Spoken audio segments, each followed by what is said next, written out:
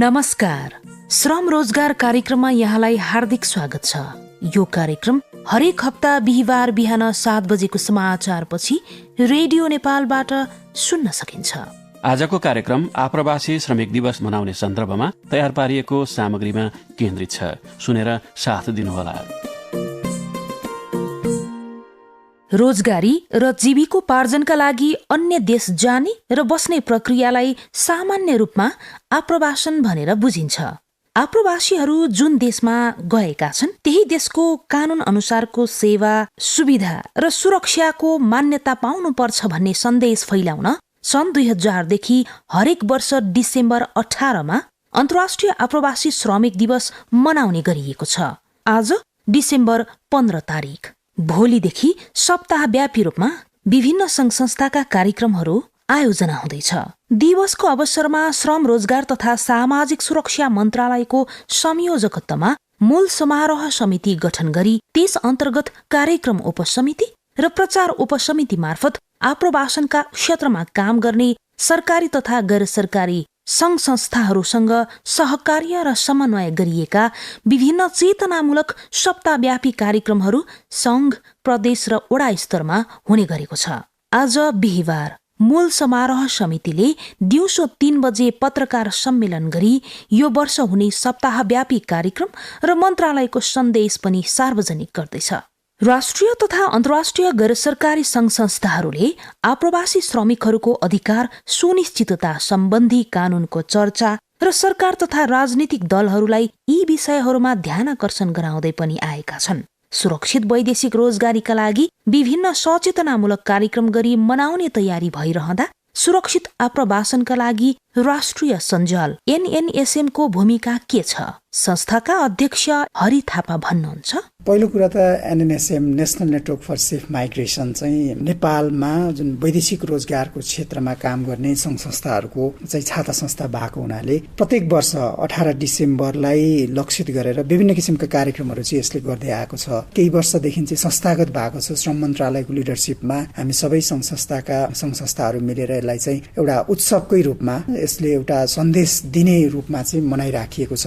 हाम्रो अहिले नेटवर्कमा 32 वटा अर्गनाइजेसनहरू आबद्ध हुनुहुन्छ। उहाँहरू सबैले आफ्नो ठाउँमा, काठमाडौँमा हुनेले काठमाडौँमा, भ्याली बाहिर हुनेले उहाँहरूले आफ्नो ठाउँमा विभिन्न किसिमका कार्यक्रमहरू गरिरहनुहुन्छ। त्यो कारणले गर्दा यो एउटा उत्सव हो। सरकारसँग trade union, civil society organisation, श्रमिक लगायत सबैको सहकार्य हुने र सबै एक ठाउँमा उभिएर, प्राइभेट सेक्टर होस्, सबैजना एक ठाउँमा उभिएर सेलिब्रेसन गर्ने एउटा थलो भएको हुनाले यो NNSM को लागि पनि यो निकै महत्त्वपूर्ण छ र यसलाई अझ महत्त्वपूर्ण र अझ विशेष बनाउन NNSM जहिले पनि क्रियाशील रहन्छ। कार्यक्रम समितिको संयोजकको रूपमा चाहिँ गत वर्ष पनि सुरक्षित आप्रवासनका लागि राष्ट्रिय सञ्जालले नेतृत्व गरेर कार्यक्रमलाई अगाडि बढाएको थियो भने यसपटक पनि सबैले सुरक्षित आप्रवासनका लागि राष्ट्रिय सञ्जाललाई नै त्यसको नेतृत्व गर्न दिनुभएको छ र हामीले त्यसलाई नेतृत्व गरेर सबै संघ संस्था यसमा जो जतिले कार्यक्रमहरू गर्नुहुन्छ, जे जस्ता कार्यक्रमहरू आउँछन् ती सबै कार्यक्रमहरूलाई कम्पाइल गरेर एउटा राष्ट्रिय कार्यक्रमभित्र हालेर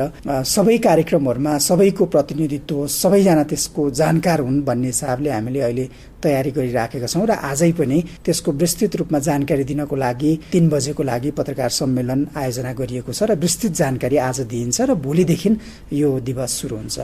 अन्तर्राष्ट्रिय आप्रवासी श्रमिक दिवस हरेक वर्ष मनाउने गरिन्छ। यो दिवस मनाइरहँदा यसको महत्त्व, आवश्यकता र अबका मुद्दाहरू के त? पुनः अध्यक्ष थापा।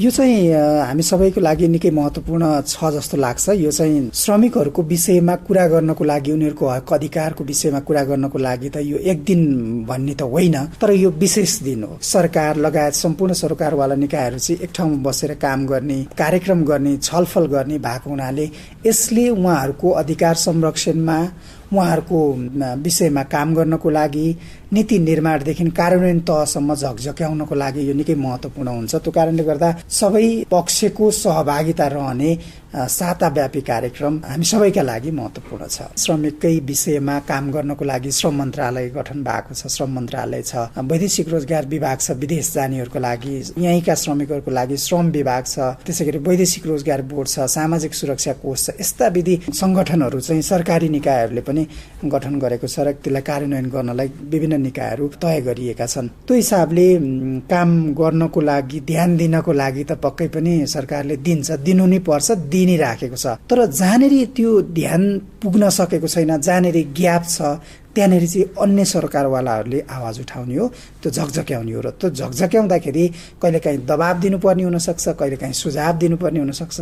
त्यस्ता कुराहरूमा चाहिँ हाम्रो दायित्व चाहिँ त्यो हो जस्तो लाग्छ। र हामीले यही कार्यक्रममा पनि हामी एक ठाउँमा बसेर अहिले क्रियाकलापहरू गरिरहँदा पनि, साताव्यापी कार्यक्रमहरू गरिरहँदा पनि हाम्रो मुख्य उद्देश्य नै त्यही हो। कुनै कार्यक्रमले सुझाव दिन्छ भने कुनै कार्यक्रमले दबाब दिन्छ। यो चाहिँ एउटा राम्रो पक्ष चाहिँ के हो भने ती दबाब सुन्न पनि, ती सुझाव सुन्न पनि सरकारका मान्छेहरू पनि सँगै हुनुहुन्छ, सुनाउने मान्छेहरू पनि सँगै हुनुहुन्छ।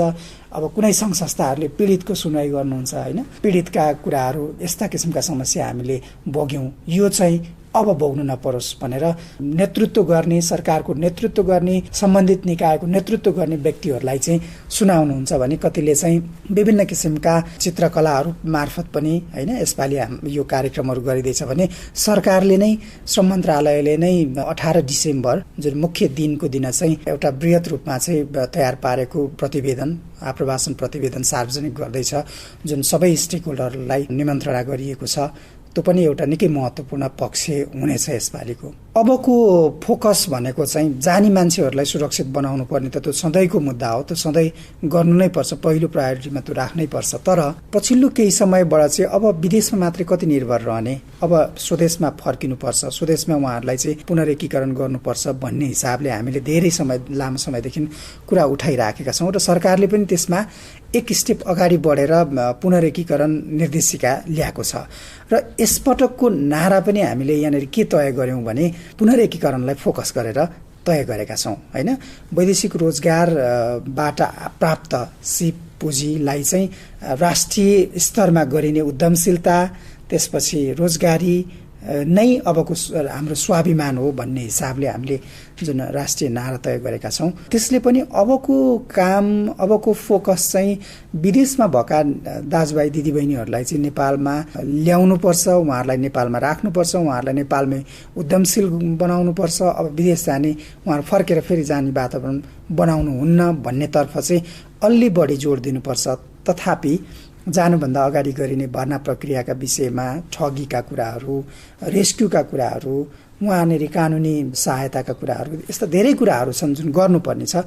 तर मुख्य रूपमा ती सँगै अब फोकस चाहिँ विदेशमा भएकालाई नेपालमा ल्याउनको लागि गर्नुपर्छ भन्नेमा हामी लागेका छौँ। धेरै विषयहरू नेपाली मिडियाले यो आप्रवासी श्रमिकहरूका मुद्दा त उठान गरेकै नै छ।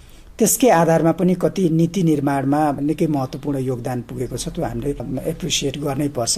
वर्षौंदेखि उठेका तर अहिले पनि उत्तिकै उठ्नु आवश्यक भएका कुरा चाहिँ जुन स्वच्छ भर्ना प्रक्रिया भन्छौँ, भर्ना प्रक्रिया नै खराब भइसकेपछि त्यो श्रमिकको चाहिँ वैदेशिक रोजगारी बिग्रिने लगभग कन्फर्म हुन्छ। त्यो कारणले गर्दा पहिला यहाँ हाम्रो स्वदेशमै गरिने प्रक्रियाहरू यहीँबाट ठिक हुनुपर्छ। ती कुराहरूलाई चाहिँ ठिक गर्नको लागि चाहिँ मिडियाहरूले त्यही किसिमको रिपोर्टिङ गरिदिएदेखि हुन त गरि पनि रहनु भएको छ, अझ प्रभावकारी रूपमा भयो भने निकै महत्त्वपूर्ण टेवा पुग्छ होला जस्तो लाग्छ। आप्रवासी श्रमिकले यस्ता दिवस लक्षित कार्यक्रमहरू मार्फत पनि अझ चासो दिउन्, अझ सचेत हुन्, सरकारवाला निकायहरूका बारेमा पनि जानकार हुन् भन्ने अपेक्षा पनि गरिन्छ। अन्तर्राष्ट्रिय आप्रवासी श्रमिक दिवस 2022 सप्ताहव्यापी रूपमा भोलिदेखि मनाइरहँदा पुनः एनएनएसएमका अध्यक्ष एवं दिवसको मूल समारोह समिति अन्तर्गत कार्यक्रम उपसमितिका संयोजक हरि थापा भन्नुहुन्छ, पक्कै पनि सबैजना आफ्नो अवस्था, आफ्नो बाध्यता, होइन, त्यस्तोको कारणले आफ्नो परिवार छोडेर बाहिर जानु परिराखेको छ। कोही पनि त्यो रहरले म चाहिँ बस्दिनँ यहाँनिर, बाहिर जान्छु भनेर जाने निकै कम हुनुहुन्छ होला। त्यो कारणले गर्दा त्यो बाध्यात्मक अवस्थाको अन्त्य चाहिँ फेरि त्यहीँ बसेर मात्रै नै हुँदैन। सरकारले पनि उहाँहरूलाई कसरी नेपाल फर्कनलाई सहज वातावरण भन्छ, भर्खर गाइडलाइन बनेको छ, त्यसलाई अझ धेरै कुरा त्यो भित्र नै परिमार्जन गर्नुपर्ने छ। ती युवाहरूलाई नेपालमा आकर्षित आकर्षित गर्न सक्ने कार्यक्रम ल्याउनु आवश्यक छ। र म नैराश्यता मात्रै होइन, नेपालमा पनि अब सम्भावना देख्ने किसिमले चाहिँ उहाँहरूले पनि सोच्नुपर्छ र जानै पर्दा केही वर्ष विदेशमा बस्नै पर्दा अब चाहिँ सुरक्षित म कसरी हुन सक्छु भन्ने विषयमा पनि धेरै माध्यमहरूबाट जानकारी लिन सकिन्छ। त्यो लिन म आग्रह गर्छु। र यो 18 डिसेम्बर जुन अन्तर्राष्ट्रिय आप्रवासी श्रमिक दिवसको रूपमा मनाइन्छ, त्यो दिवसमा यहाँहरू पनि सेलिब्रेसन गर्नुहोस् होइन। कम्तीमा त्यो दिन यहाँहरूले पनि कुनै सन्देश दिनुहोस्, आफ्नो ठाउँबाट के गर्न सकिन्छ त्यो सन्देश दिनुहोस्। यो सप्ताहव्यापी कार्यक्रममा यहाँहरू पनि सरिक हुनुहोस्। पालिकाको त निकै महत्त्वपूर्ण भूमिका छ होइन। सूचना दिनेदेखि लिएर विदेशबाट फर्केकालाई यहाँ फेरि इन्टिग्रेट गर्नेसम्मका भूमिका पालिकाको छ। अनि आफ्ना युवा कहाँनिर छन्, के गर्दैछन्, उनीहरू आएपछि के गर्छन्, कहिले जान्छन्, कता जान्छन्, कहाँ छन् भन्ने कुराको जानकारी पालिकालाई हुनु आवश्यक छ। किनकि पालिकाभित्रका युवा भनेको त्यो पालिकाका परिवारका सदस्य हुन् होइन। आफ्नो परिवारको सदस्य कहाँ छ, के गर्दैछ, कस्तो अवस्थामा छ भन्ने कुराको जानकारी पालिकाले राख्नुपर्छ। त्यो नेपालका कमै पालिकाहरूसँग त्यो तथ्याङ्क होला, त्यसरी राखिएको होला। त्यो कामको लागि अब प्रतिस्पर्धा हुनुपर्छ जस्तो लाग्छ पालिकाहरू बिचमा होइन। अब उहाँहरूले चाहिँ आफ्ना जनता, आफ्ना युवालाई आफ्नो ठाउँमा फर्काएर आफ्नो ठाउँको विकासमा लाग्नु आवश्यक छ। त्यसमा लाग्नको लागि आग्रह गर्दछु। यस दिवसलाई स्थानीय स्तरसम्म पुर्याउन स्थानीय निकायको अगुवाईमा जिल्ला स्थित विभिन्न सरकारी निकायहरू, वैदेशिक रोजगारको क्षेत्रमा कार्यरत विभिन्न संघ संस्थाहरू, सबै राजनीतिक दल, नागरिक समाज, गैर सरकारी एवं निजी संघ संस्थाहरू, ट्रेड युनियनहरू, सञ्चार माध्यमहरू समेतको सक्रिय सहभागितामा सप्ताहव्यापी विभिन्न सचेतनामूलक कार्यक्रमहरूको आयोजना गरी यो दिवस मनाउन लागि छ। आप्रवासी कामदारको अबको आवश्यकता के त? सुरक्षित आप्रवासन परियोजनालाई प्राविधिक सहयोग उपलब्ध गराउने हेल्भेटास नेपालका कार्यक्रम अधिकृत देवचन्द्र राई। माइग्रेसनको 3वटा साइकलमा अझै हामीले काम गर्न जरुरी छ। जस्तो अहिलेसम्म हामीले बढी फोकस गरेको भनेको चाहिँ यसको अब प्री डिपार्चर भनौं, विदेश जानुभन्दा पहिला उसको चाहिँ सूचना दिने, त्यसपछि आएर तालिमको कुराहरूमै हामीले फोकस गरिरहेको थियौं। मान्छे गएको लगभग अब चाहिँ 15-20 वर्षको हामीसँग एउटा चेन भइसकेको छ भने अब फर्कने मान्छे पनि बढ्दै गएको छ भने रिइन्टिग्रेसनको इस्युजहरू मुद्दा पनि त्यत्तिकै महत्त्वपूर्ण रूपमा आएको छ। र यसरी हेर्दाखेरि चाहिँ अझै पनि हामीले चाहिँ केही वर्ष चाहिँ नेपालमै पनि स्वरोजगारको चाहिँ अथवा उहाँहरूलाई चाहिँ अप्सन दिने कुरामा फोकस गर्नुपर्छ। त्यसमा विभिन्न कार्यक्रमहरू छ। तर यो बीचमा अहिले नै हामीले चाहिँ अब रिइन्टिग्रेसन एउटा बाटो भयो भनेदेखि मान्छे अझै पनि बाध्यात्मक रूपमा चाहिँ विदेश जाने अवस्था छ, हामीले उहाँहरूलाई पूर्ण रूप रोजगार दिन सकेको अवस्था छैन भनेदेखि चाहिँ विदेश जानुभन्दा पूर्व सूचना, अझै पनि उहाँहरूलाई चाहिँ तालिम, फर्केर आइसकेपछि चाहिँ उहाँहरूको चाहिँ अब पुनःस्थापनामा फोकस गर्नु छ। त्यो मोर चाहिँ हामी अलिकति अब सेमी स्किल अथवा लो स्किलमा हामी काम गर्न गइरहेका छौँ भनेदेखि चाहिँ अब स्किल कामको लागि पठाउने, त्यसको लागि चाहिँ अब स्वदेशमा अथवादेखि चाहिँ अन्तर्राष्ट्रिय चाहिँ श्रम बजारमा प्रतिस्पर्धा गर्न सक्ने अथवादेखि चाहिँ एउटा स्किल्ड ह्युमन रिसोर्स चाहिँ बनाउने, अनि त्यसमै हामी चाहिँ फोकस गर्नुपर्छ होला। अब हामीले चाहिँ एउटा उहाँहरूलाई चोइस दिने हो होइन। उहाँहरू चाहिँ नेपालमै सकेसम्म नेपालमै चाहिँ काम गर्नको लागि चाहिँ अवसर सिर्जना गर्ने हो।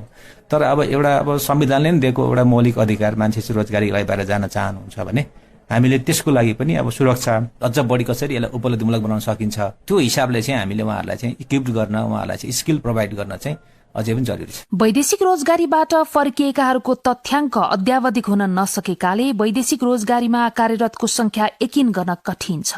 यसबाहेक शिक्षा, व्यापार, व्यवसाय आदि कारणले विदेश जानेहरू, अलेखबद्ध कामदार तथा भारतमा रोजगारीका लागि गएका नेपालीहरूको संख्यालाई अभिलेख गर्ने हो भने परदेशिनेको संख्या अझ बढी हुने अनुमान गर्न सकिन्छ। रिटर्नी माइग्रेन्ट नेपालका अध्यक्ष उत्तम अधिकारी स्वदेश फर्किएपछि संगठित भई अघि बढे यस्ता दिवसका कार्यक्रमहरूको औचित्य र महत्व बढ्ने भनाइराख्नुहुन्छ। हामी अन्य वर्षहरू चाहिँ यसपटक पनि अन्तर्राष्ट्रिय आप्रवासी श्रमिक दिवस मनाउन गइरहेका छौं। वास्तवमा आफ्ना अमूल्य समय विदेशमा खर्चेर स्वदेश फर्केका रिटर्नी माइग्रेन्टहरूको अवस्था अहिले पनि कहाली लाग्दो रूपमै देखिन्छ। लामो समय विदेशमा बस्दाखेरि जुन किसिमको चाहिँ ग्याप यो समाजमा, परिवारमा, सम्बन्धमा देखा परेको छ, त्यसले स्वदेशमै पुनर्स्थापित हुने र आफूलाई चाहिँ पहिचानयुक्त जीवन बिताउन पाउने अधिकारबाट रिटर्नी माइग्रेन्टहरू वञ्चित भइरहेका छन्। त्यस सन्दर्भमा यो दिवस पनि त्यतैतर्फ केन्द्रित हुन्छ र स्वदेशमै कसरी पुनर्स्थापित हुने भन्ने सन्दर्भमा चाहिँ यो केन्द्रित हुन्छ।